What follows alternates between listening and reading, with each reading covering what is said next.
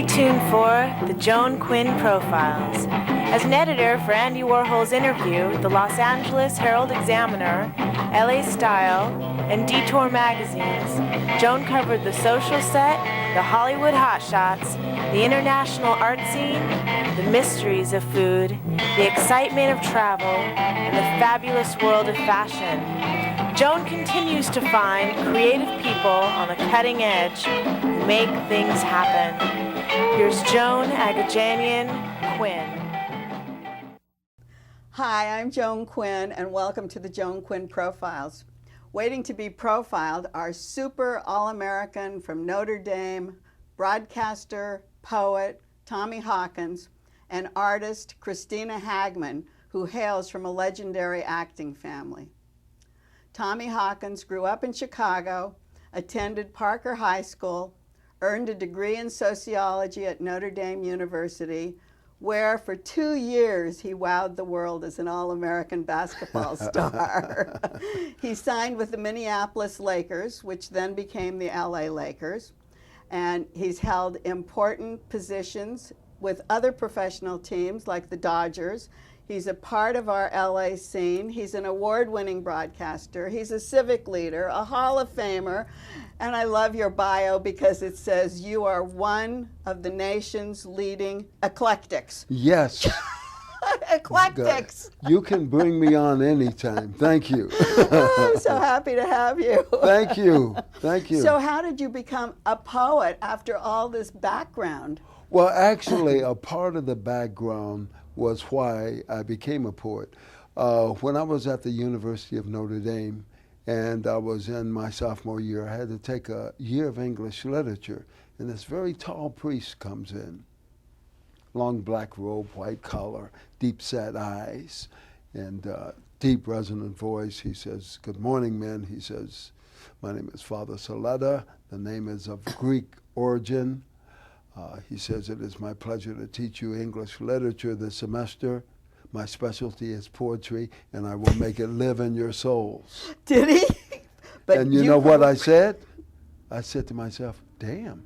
It's not me. Or did you think it was I think he's not talking to me. That's because right. we got to go through Beowulf and the Canterbury Tales and Geoffrey Chaucer and all of these people before we get to what he was doing. Because what he wanted to do, teach you poetry, right? The whole thing and the whole history of it. And when he got to English, Old English poetry and American poetry and everything, he says, my favorite poet is T.S. Eliot. And he says, my favorite poem that he wrote was The Love Song of J. Alfred Prufrock. How do you remember all this? I do, and I remember him standing up and reciting it. He said, "Come, let us go then, you and I, when the evening is spread out against the sky like a patient etherized upon a table." And I said, oh my God, this guy, he's got it, and I want it. And so I asked him, everything that you can do if we walk in the evening on campus, which we frequently did with our professors, because Notre Dame, everybody thinks Notre Dame is this huge place. It is an area and buildings and schools, but there are only 10,000 students at Notre Dame. Oh, it's that small? Right. Oh, wow. Right. Was it that size when you were there? Oh, yeah, it was smaller. Oh, wow. And so you're in class with maybe 20 people. Like a little private school. Right, and you got to personalize education. Right. And if you were a dummy, you couldn't hide. Prufrock, though, sounds like he should be in a priest frock, doesn't it, Prufrock? Yeah, right, that's true. But you walked the campus with him, and it was something that you could do with him and maybe your fellow other 20 students that you were talking about.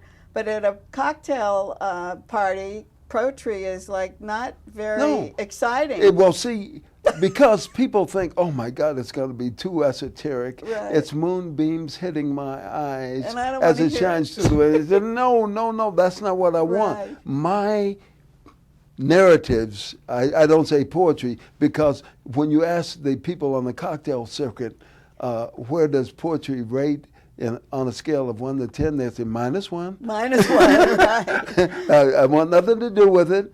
It's too esoteric. It died in some Greenwich Village coffee house in the 1960s.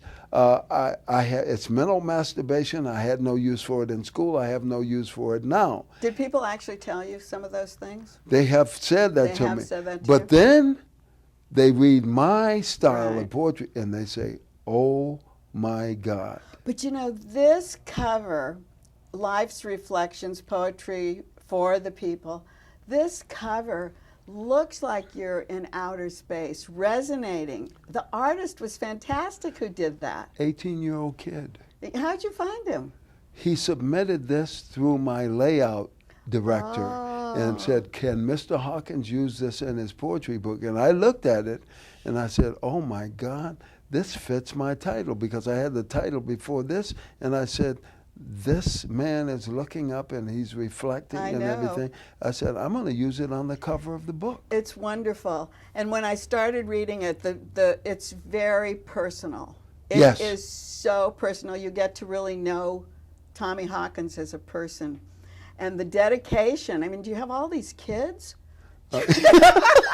Where did all these kids come from? What are you saying? I've got How many? I've got let's see 5 kids. That's what I meant. Yes. That's a lot of kids. Yeah, 4 the first marriage and 1 the second marriage. Because there's this long list of dedications. Right. My wife, my mother, my sister, and my kids. I know. You know, and I figured you leave one of them out and you're in deep trouble. You needed a whole page. The dedication. Yeah. Yes. And I think when you talk about it and the personal part of it, when I read the poem about your mother, Yes, thanks, Mom. it just was like that woman taught you to be a terrific guy.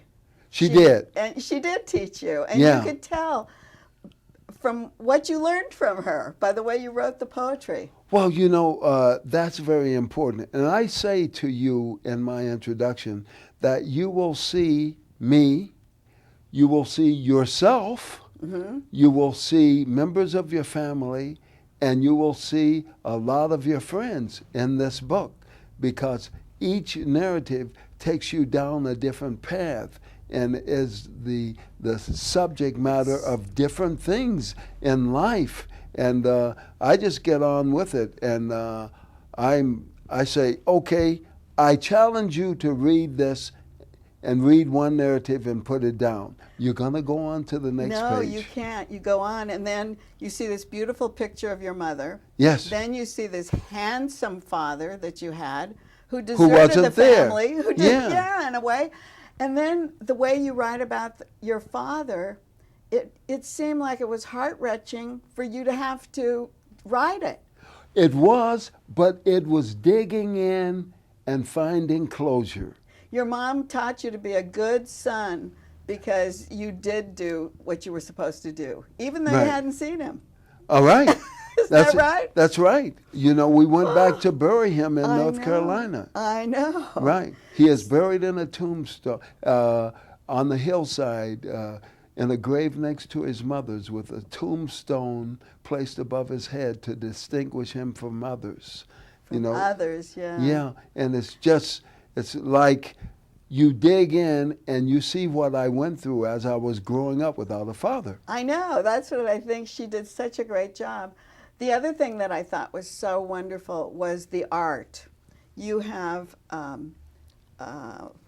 Leroy Neiman. Yes. And you have Ernie Barnes. Yes. And you have Tim Townsley. Yes. Anatole Krasnonsky. People that I knew. A lot, yeah. And did they do the art for you, or did you find it? Some of the artists read the poems and painted the pictures. Others, I had to find the art that matched the narratives. That's what I wondered, yeah. Right, and then get them cleared so I could use them in the book. You did a fantastic job, and I think the way they match up is really terrific.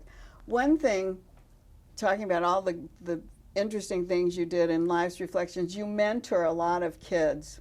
Yes. And I think that's another important part of your life. Well, it's very true, because I think that the messages will mean something to you. I had a call from an Israeli grandmother who bought my book at the unveiling of it, which was December 8th at the Museum of Tolerance. Oh, right, because Right. you thanked the Museum of Tolerance, too. Yeah, for all of the support. And she says, I read a different narrative to my grandkids every night, and we discuss the painting that accompanies the narrative. With yours?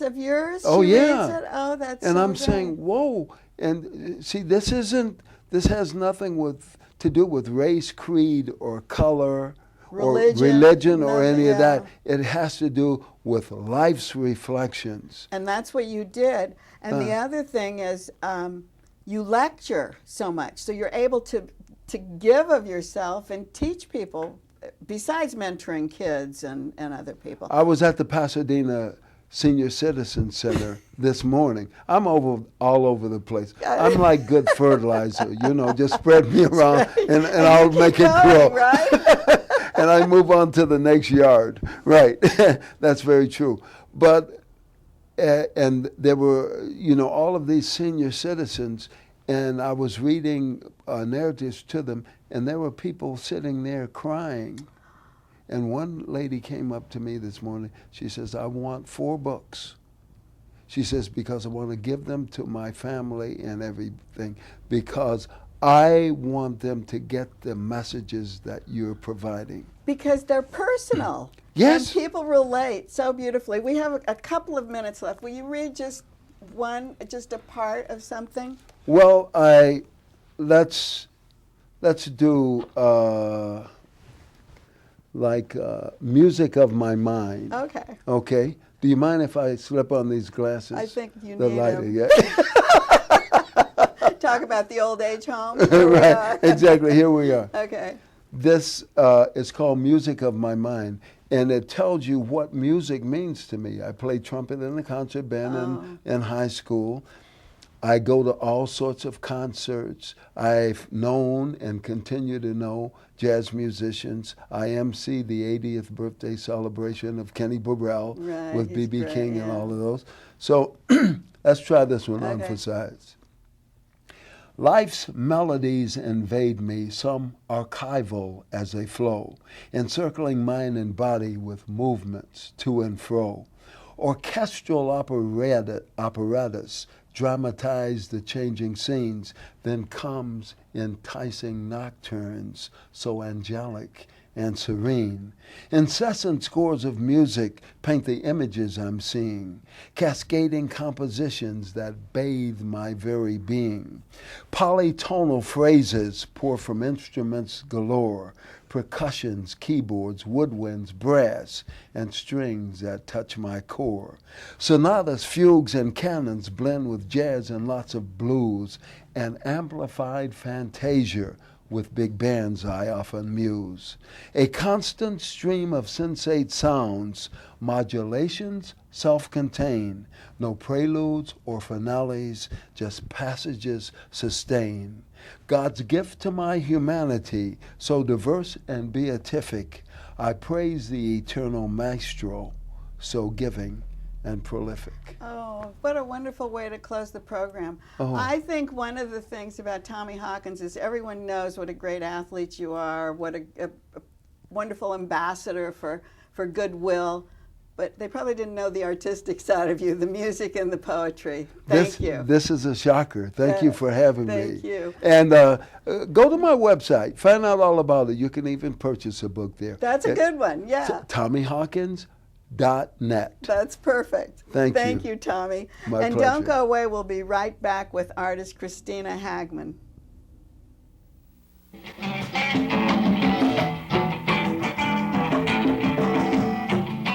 Hi, I'm Joan Quinn, and welcome back to the Joan Quinn Profiles. I'm here with artist Kristina Hagman, who was born in New York, but was a bi-coastal child. She and her brother lived in Malibu, where they were surrounded by people in the arts. Her grandmother, the great Mary Martin, and her father is the simple guy in I Love Jeannie and the villain in Dallas. His name is Larry Hagman. Kristina has spent years with artists in New Mexico, Oregon, Washington, Japan, all over the world.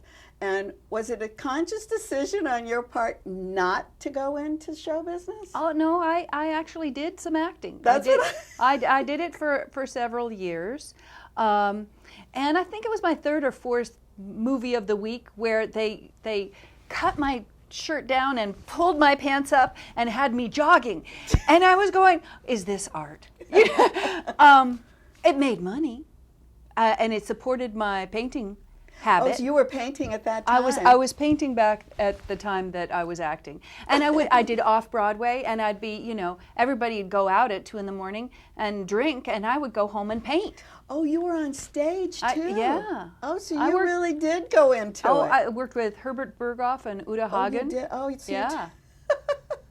But were you intimidated coming from like Mary Martin, the singer? Well, you know, when you're in the midst of it, you don't know that they're famous. It's only when you step back that you realize. I see. But you know, the artistic part, then you did take the acting artistic part, but the other artistic part, I think, came from your Swedish mother and those ancestors, didn't it? She was very much encouraging. She let me paint on all the walls.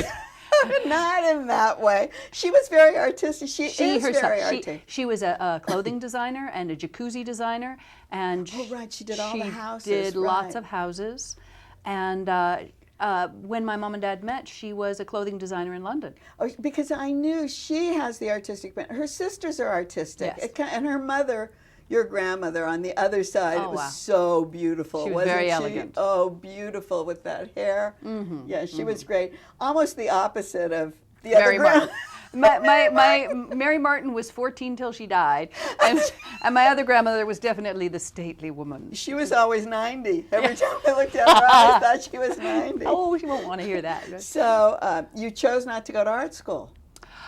No, I chose not to go to art school. That's true. I saw so many young, enthusiastic artists getting slaughtered.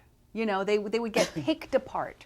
You mean in school? In school. You know, this famous critique thing. And I did go to school quite a few times, and I did experience that critique experience.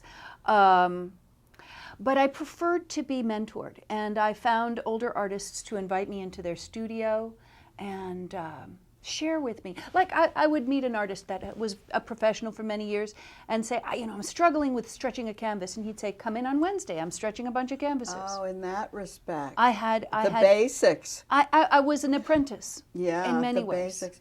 One thing I thought, instead of going to art school, you traveled the world on what you called your Peter Pan grant. Love that. Think lovely thoughts and you'll fly away. There you go. But really tell us, what was Peter Pan, how that came into it? Well, she my grandmother. My grandmother, Mary, Ganny, used to give me a little bit of her royalties when I was young. So it really was a grant. So royalties from what? Peter Pan, Sound of Music, and she originated those great roles that so many interesting people have done since. Yeah, that's what I meant more than anything. We don't know how much you have of any of those. But you also had a grant to go to Italy. Yes.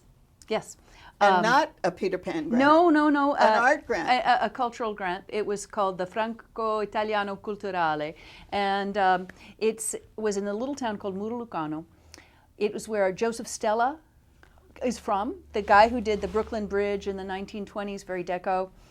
So his hometown wanted to be known as a mecca for artists. Oh, how great. And the founding fathers of the community raised money to bring artists every year. Oh, they did? Yes. So you would apply for a grant? You'd apply for a grant, and I was lucky enough to go. And how long were you there? The first time 6 months. And I got a second grant to come for 3 months. You're kidding. Yeah, it was great. Oh, and what did they do? Paint? Did you paint? I painted. You did anything you wanted? I painted. I did my first successful woodblock print there, too. In fact, when I first got there, I just walked. I walked, and I think I stalked my subjects, Yeah, so you knew what to... Yeah, because you can't just walk in there and go, okay, I got it. Right. And you want to meet the community too, don't you? Absolutely. The one thing you were talking about, did you learn how to speak Italian there? Badly. Badly, but you did. Yeah. One thing you talked about doing workshops or being mentored, and you were lucky enough to be with Linda Banglas. Yes. And Wayne Thiebaud. Yes. And Diebenkorn was amazing. Richard Diebenkorn. And Nathan Oliveira, such a love. But with such great people, how did you get, what kind Well, of workshops were those? When I left Hollywood and Broadway. Broadway and all that stuff, I really needed something that was very different and would not seduce me back into that world. And I moved to New Mexico. There was no opportunity to make a film in New Mexico. And it was a real, during the 80s, it was a great time for artists. And all those wonderful artists enjoyed coming to New Mexico.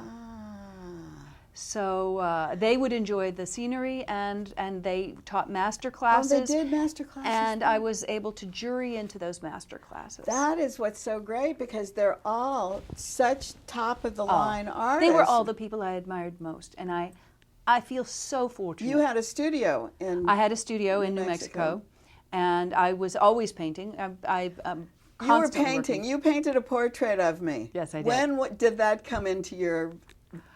That was before I studied with any of those guys. Oh, it was? That's when I was working with the John Sloan Drawing Group. Were you in New Mexico then? I was in New Mexico Yes, then. because you put that look into my face. Didn't Yes, you? You did. put that Native American look. Yeah, yeah. Which is like part of what a portrait's about, isn't it? A portrait's, well, you should know, of all people, you should know what a portrait's Right. about, but an artist always brings their own experience to the moment. Exactly. And then the thing that I keep thinking about you is you were looking and looking for a niche. And I think the printmaking must have just hit you hard. Do you know, just before I turned 50, I discovered printmaking in this way. I'd been printmaking etchings and monotypes for years, but when I started carving into wood, I felt like I'd come home. And it took over, didn't it? It absolutely And you took over. actually, I'm going to hold this. Okay. You actually carved into this? I carve into the wood, and the things that are carved away don't print, and the things that are on the surface do print. So you put ink on these surfaces, and it comes out like that. Let's see if we can Yeah. get that over there. Yeah. I'm going to hold that one up. Okay. So it comes out like this. Yeah. But this isn't good enough, right? No, you have to add to it, and add to it, and add to it. I'm going to hold these up, so then you can say, what did you add in this? So that here we've had the sky added, and there's a little bit of silver behind the palm tree. And then we've added, we jumped all the way, that's okay. It just keeps adding till you get a composition that is So now really you have fitting. blue, you have the white, the green. There's purple, there's yellow. And where do you add them? You just keep putting the paint on? New pieces of wood for each color. Each color has a new piece of wood. And to get one piece of wood to go exactly in the same spot as the wood before. This was the one before. Yeah. But we can see this is before, and then how intense it gets. It gets more and more. And then is there one more? Should we go one more? One more back. There, see, that's before. So anyway, they all add up. You can see the way they are and how they work. Wait, this is the last one. Yeah, I have this amazing thing that I discovered. I can envision what it's going to look like. It takes maybe 3 months to make it. To make this Yes. one piece. Well, I So get you 20, brought- addition of 25. So wait a minute. So with this one piece, Yeah. then you put another block on top of it. Another block on and another block on top of And it. another block on top of it. Yeah, and it has to dry between each one. So how many blocks goes 6. on this? 6 blocks. So go. this is that's like the beginning. This is like a nothing piece right now to Right. you. Right. Oh, that's And- and how do you find the right spot? The to put 'em? registration, the perfect, Yes. is so exciting. No, it is. It's I've become really geeky. There is this way that you use a press that was designed for making newspapers in the 1930s. It's called a Vandercook. And they used to put lead type, and they'd do every sheet of the newspaper separately by hand, very laborious. Think about the newspaper, you see Right. it every single day. Hundreds Some of guy would do every single page by hand and run it through this press. And now we're reusing those old machines to make art. Is that what you're It's using? 1930s Vandercook. This made on this. Yeah. So you put the block on, and then you press it. Yeah. And what you said was, this is the finished piece. I mean, this has everything on it. It has you pretty want. much everything on And it. then if you want the fence, what do? You have another block that changes the fence. Oh, and then you. And another block, and another block, and another block. And how in your creative feel does that come out? Because it sounds like something that's not free-handed. Well, I'm dyslexic, and you have to do everything backwards. So that's good. I'm perfectly suited for this job. And I like process. I'm a mother and a caregiver for my own mother, and having something that has a process keeps me coming back to the work and helps me be disciplined. And that's a good thing. Do you call this a multiple? It is a multiple. It's a limited edition of 25. Oh, it is? Yeah. So when you start, let's do this one. When you start, do you do all The blue, 25. I got it. Actually, I do 40 I see. to get 25 good ones. Really? Because they mess up. I see. So you're going to stay here in printing. Yes. Can you do people? Yeah. I know you were influenced. I saw some of the prints from Japan. Yes. Fantastic. Yeah. Which don't look like the normal. No, and Mount Fuji. I appreciate them and respect them, but you don't want to copy. You need to be yourself. Yeah. And so you come up with all these great things. Yeah. I'm so glad that you came and showed us what a printmaker does. Oh, I'd love to. And I have a bunch of shows coming up here in the LA area. Tell us. Pasadena. Pacific Asian Art Museum has honored me with a one-person show, and that's a great honor because they focus on Asian artists, and to allow somebody who isn't coming from an Asian background to do an Asian-like work, I think it's a great honor. That's I'm very great. happy. Thank you so much for being with us. Thank you. And keep writing to us at 777 South Figueroa, 44th floor, 90017, and JAQUINN1 at AOL.com. See you next time.